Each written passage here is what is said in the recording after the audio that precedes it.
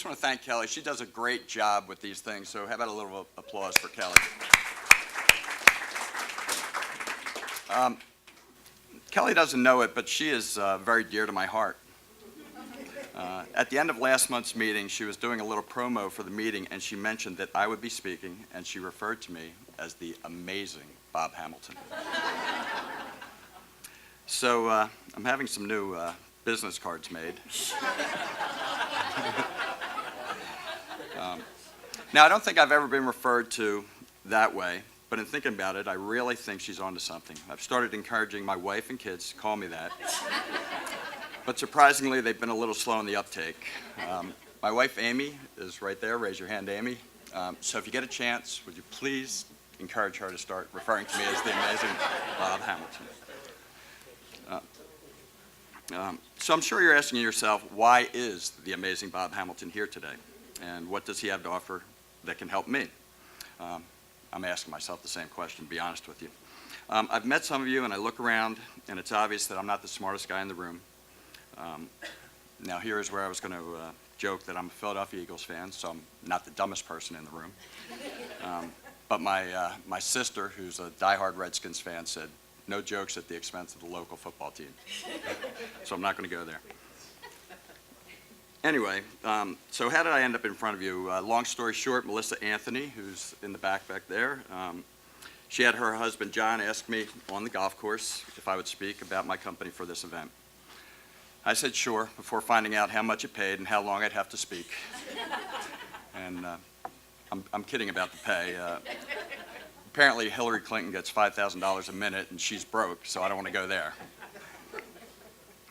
So anyway, I was trying to figure out what could I offer to such a sharp group of businessmen and businesswomen. And at the same time I'm trying to figure that out, Kelly keeps emailing me, asking me what my speech is about. I mean, she's really on my back because she wants to promote it.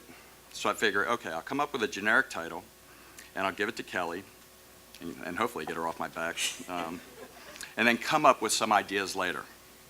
So I emailed Kelly that the title of my speech is Surviving 25 Years. When in reality, I'm thinking it should be called Surviving 25 Minutes. And that goes for you guys, not just me.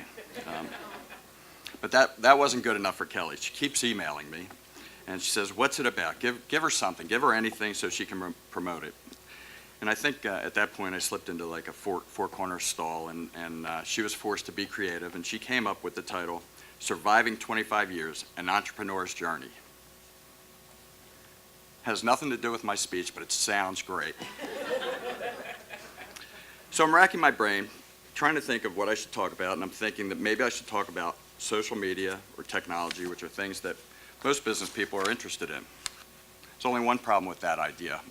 I'm the one who would be talking about them. Let me give you an example of my expertise in this area. My wife, my two daughters, and I, we have a group texting thread. And, we share lots of information, pictures, lots of pictures of food, which apparently is big these days, and just general things like have a great day, good night. So a couple weeks ago, my older daughter tells me via text that my texting is mean, and she hopes that I don't text like that to other people. So I'm dumbfounded. I'm saying, how is that mean? And nothing I had texted had meant to be mean. She says that I just end things with a period. And by doing that, a lot is left for interpretation by the reader of the text. I wasn't aware that my statements were being interpreted in ways other than I was actually stating them. So she said that as an example, responding okay, or okay with a period, or just K, all have very different meanings. And that I should use more exclamation points, smiley faces, and words like ha-ha with my text. So now, whenever I reply, it's okay, exclamation point, smiley face, ha-ha. At night, I text good night, exclamation point, smiley face, ha-ha. I do it so much that now she thinks that's mean. I texted her, hey, don't hate the monster that you created, exclamation point, smiley face, ha-ha. So I'm sure at this point you're thinking that this is kind of like Seinfeld, a speech about nothing. Anyway, I decided not to touch on social media or technology and instead focus on some fundamental things that I've learned over the years that for me are so much more important to a long, successful business than the changing tides of things like social media and technology. Kind of like focusing on the consistency of a 5-yard Alfred Morris run as opposed to a double reverse to Deshaun Jackson. Trying to get back in the good graces of the Redskins fans here. Before getting into that, there really is no absolute correct answer, but does anyone want to share what they think is the #1 trait of someone who is successful in business? Anybody? Any? Determination? Perseverance? Okay, great answers. Like I said, there's no perfect answer there, but a prominent person in my industry was asked that question, and he gave what I thought was a surprising answer: likability. It surprised me because I never thought of that, but the more I did, the more sense it made. So taking that a step further, how do we make our businesses likable? As consumers, we all have businesses that we use a lot for many reasons, but not all of those businesses are likable. An example for me is DirecTV. They have a product that I want that nobody else can offer, the NFL Sunday Ticket with all of the out-of-the-area games. And I'm not going to go into details, but if that product was ever offered by another company, I would probably move to that other company. So that's the difference between a likable business and one that doesn't reach that standard. Within reason, a customer will always try to give their business to a company that they like. Recently, Warren Buffett's company, Berkshire Hathaway, financed Burger King's purchase of Tim Hortons, a Canadian donut chain. And this was his quote: "I like sure things. No business has ever failed with happy customers." So how do we become likable businesses with happy customers? And let's hope we can figure this out. Kelly? Oh, I'm sorry. We're only boarding rows 9 and above right now. You'll have to wait. Well, I'm in row 8. Please step aside, sir. It's just one row. Don't you think it's okay if I... We'll call your row momentarily. And I'll do the crescent rolls, and you do the cranberries. You know I can't cook. Oh.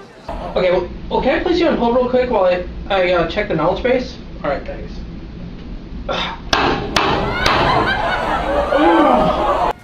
Step aside, sir.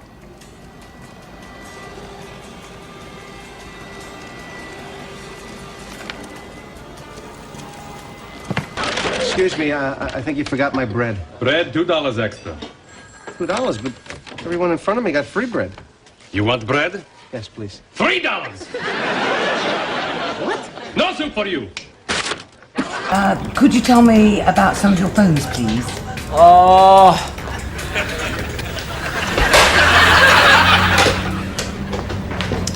Okay. See that one over there? Mm-hmm. That is a phone. Yeah, well, I'll see you tomorrow then. Gobble, gobble. Oh, bye-bye.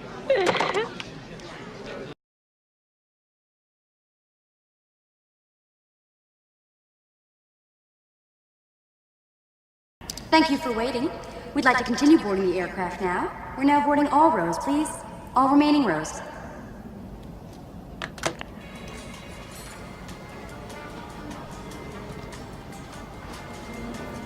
Hello. Enjoy your flight. I don't think that's what we're trying to achieve. So how do I get to the next slide there, Kelly? No, definitely not. So I pulled a few reviews off of some review sites about some companies like mine in the industry, and I'll just read them real quick. If you want to wait for your food to arrive an hour and a half after you order it, then call here. If you want rude service and inconsistent pricing, again, this is your place. Great idea, but poor execution from the website to the idiots on the phone. It's not worth the cost or time to get food this way. I wish I could give these people 0 stars. Terrible, terrible service, and they lie to you on the phone about when things will arrive. They've lost my business permanently. I received a gift certificate, and I feel like my generous coworkers were totally ripped off. Terribly unprofessional staff and nothing special. So obviously, at least to these customers, these companies are not likable. What similarities are there in their complaints? What can we learn? Well, each one of these complaints highlights poor customer service, whether it is in front of the customer or on the phone. We can discuss 100 ways to attain new customers, but if we are not satisfying the customers that we have, then our businesses are probably destined to struggle. So the number one thing that I've learned over the time that we've been in business is that to sustain success, customer service must be a high priority, and really, even a step higher, customer relationships are the highest priority. So let's call this speech Building Customer Relationships. Didn't think I'd ever get to the point, I'm sure. So let's look back at some things that we can do to establish relationships that make our businesses likable to customers. I will be using some examples from my business, but you should be able to plug these into just about any business. There are numerous things that you can and should be doing, but I'm just going to highlight some of the things that I think are really important. The one that I think is the most important is take responsibility, be honest, apologize, and no excuses. Let's be clear. All businesses, on occasion, will fail to deliver the product that they sell in an acceptable manner to the customer.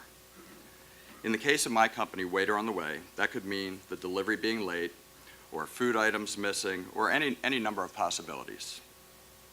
We once had a driver make a delivery to a customer while carrying the pizza in a vertical position under his arm. We did not think to address pizza positioning with him before he started. In many instances, through no faults of our own, there is absolutely nothing that we could have done to meet the promise that was made to the customer. Our supplier, the restaurant, might not make the food in a timely fashion or include all the items on the order. There might be heavy traffic. A road might be closed. This is important. None of that matters to the customer. They are your customer, and it's you they chose to solve their problem or satisfy their need.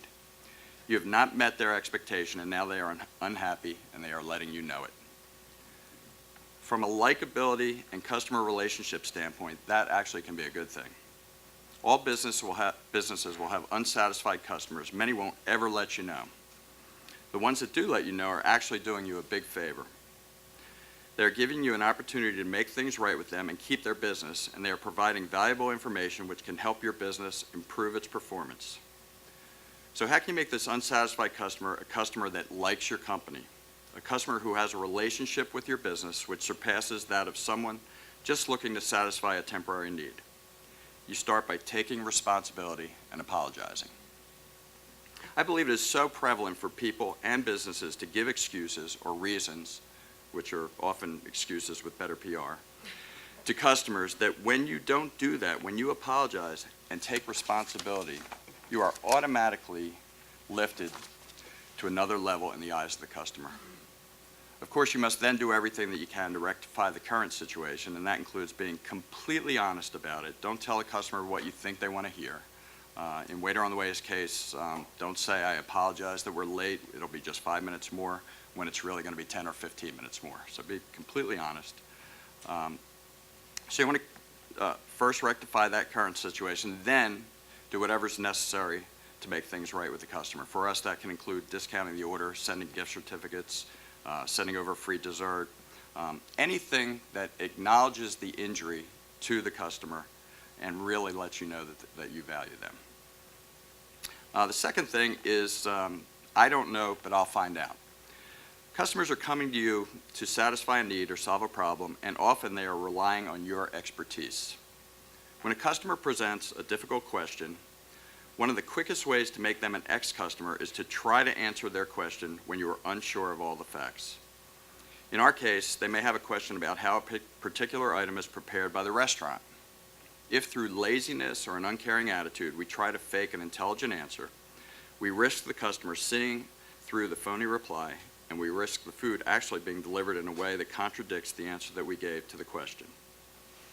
Those can destroy your credibility and, of course, make your business very unlikable to the customer. Saying I don't know, but I'll find out displays honesty to the customer, but also shows that you value them by spending the time necessary to research their question. In our case, it would be easy to give the customer the phone number of the restaurant and have them call there to get the answer to their question. that does nothing to enhance our company with the customer and may actually lose that order as well as business in the future. The third point I'd like to make, communication, communication, communication. Many problems that turn into nightmare scenarios with a customer can be solved simply by communicating with the customer. When a customer places an order with you, there is a certain amount of stress for the customer until that transaction is completed. For example, in our case, customers worry about whether the food will arrive on time, particularly if it's for an important meeting or event. It is our policy to call customers ahead of their scheduled delivery time, preemptive calls, if we know a delivery will be running late or even if it's going to be close to late. We don't wait until the scheduled delivery time to give them the bad news. We continue to call with updates until the delivery is completed. These calls reduce the customer stress and are generally very much appreciated. They signify competence even in the face of failure to perform as originally promised. Customers will trust and like those companies which keep them apprised of a situation, whether the news is good or bad. Sometimes the last thing that we want to do is call a customer with news that isn't good, fearing their reaction. But good communication is essential if you want to build a relationship with a customer that surpasses a one-time transaction. Another way to continue building that relationship is with notes and emails. For us, this is a good one. Occasional handwritten notes or emails to customers are an extension of customer service and relationship building, which can be among the best things that you do from a marketing perspective.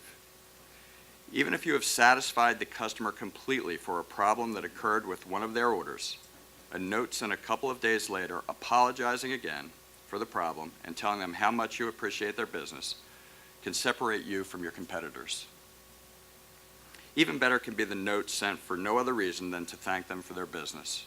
A typical email that I send says, "Hi Joe, just a quick note to thank you for the nice order that you sent our way last week and for all the business that you continue to place with us. We really appreciate it. If you have any questions, need anything, please feel to email or call myself. Thanks again." The most important idea to convey is how much you appreciate the customer and their business. If you have not conveyed that idea at some point with every customer, there's a good chance that they will have the impression that you were interested in them only until that current sale was made. There's a good chance that they will have negative feelings about your company, but even if that's not the case, they certainly won't look at you as anything special, which should be your goal.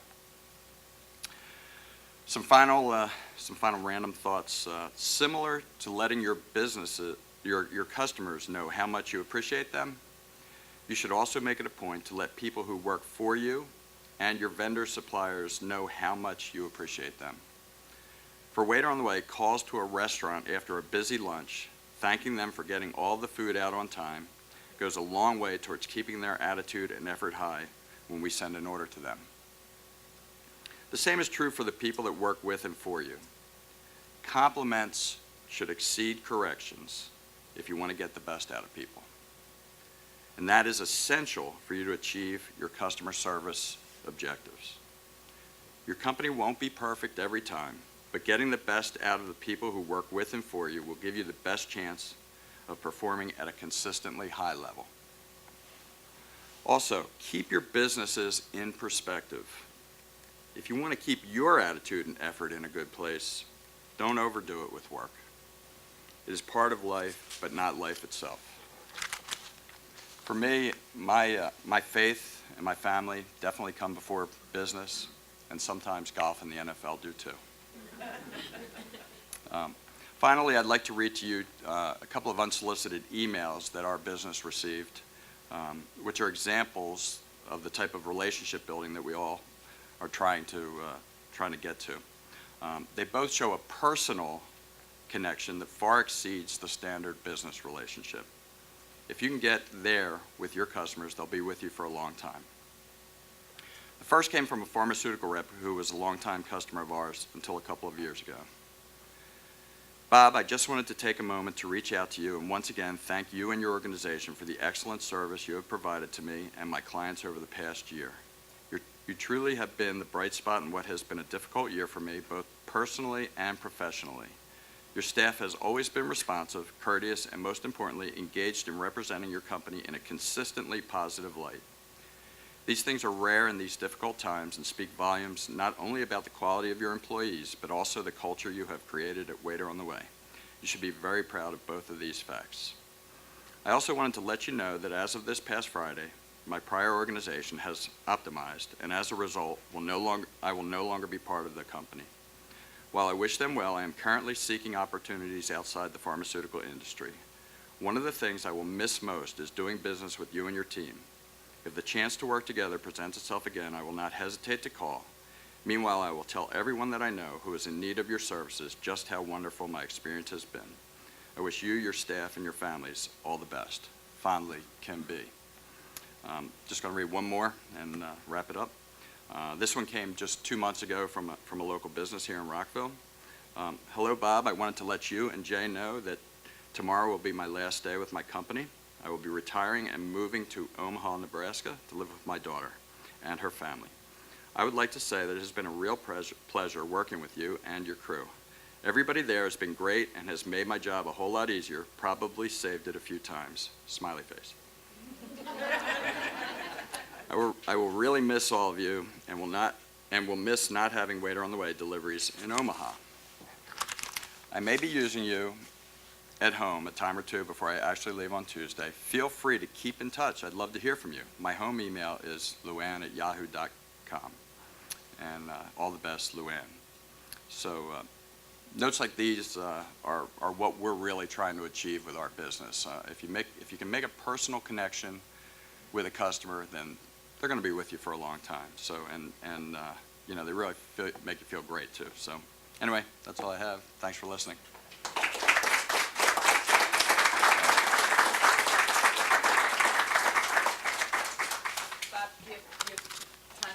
Sure. Yep. Any questions? Right front. Oh, I'm sorry. Go ahead.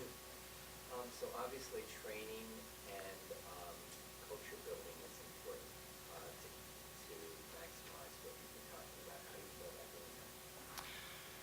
Well, we have some good people in place. We have a general manager who is really a top-flight guy, and I don't know how big your business is and so forth, but basically my business partner, Jay Twilley, and I think try to set an example, and then really it works from that point down. So our general manager is really involved in training and getting people up to speed on the things that we want. Setting an example, though, how you act in the office, just all of the things you do, showing that you really care about customer service, complimenting people when they do the things that you're really looking for. I think that just filters down through the company. Anybody else? I decided to start 25 years ago. Actually, my business partner, Jay Twilley, he was a teacher in Frederick County, and he taught business classes, and he had a round table, and they had a guest speaker in, and the guest speaker was asked if you were going to start a business, what would you do? And he said, well, I work long hours, and all I can get delivered really is pizza. I'd love to have a steak or fish or something like that delivered. So that's the type of business I'd be interested in. So Jay and I were good friends and started looking into it. There were actually, I don't know, 2 or 3 companies like ours in the country, and did a little bit of research. And at that time, I was fortunate in that I only had one child who was 1 year old, didn't have too many expenses. Amy was working and helped support the transition into the business, because we didn't take a check for almost a year. So that's how we got started. Anything else? How do you differentiate yourself Waiter on the Way from takeout taxi or other delivery services where the restaurant has something? Well, takeout taxi is. Oh, I'm sorry. He asked, how do we differentiate ourselves from Takeout Taxi, which is another company similar to ours, and really the way we try to differentiate is what I talked about today. Our philosophy is not to go for every last dollar. It's to do the best job that we can with each customer that we do a delivery for, and just kind of go and build it that way. If you go on review sites, if you go on Yelp, and you won't find anything negative about us. I can't believe it. We've been in business 25 years, and I can't believe it as much as people want to complain. But that's not the case with every company out there. So that's how we differentiate ourselves. Melissa?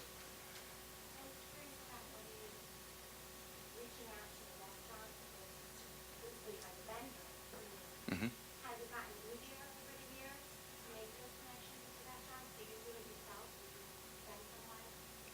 Both Jay and myself do it.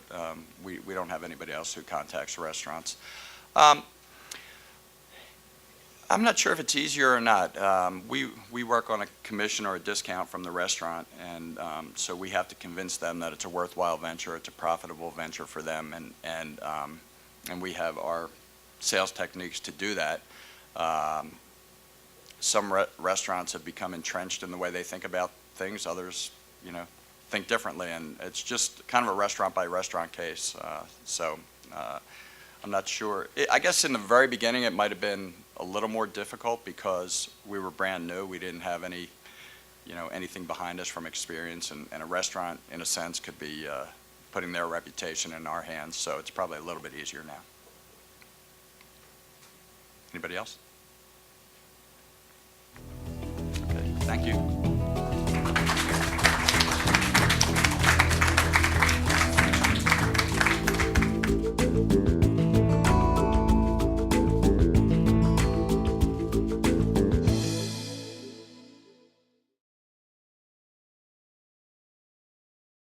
Have you heard the news? Montgomery Community Media has a brand new website at mymcmedia.org. Now it's easier than ever to stream and watch all your favorite local shows. Keep up to date with county voices and events. Sign up for TV production and social media classes. All this and much more. See what's new at mymcmedia.org. Don't just watch media, make it happen.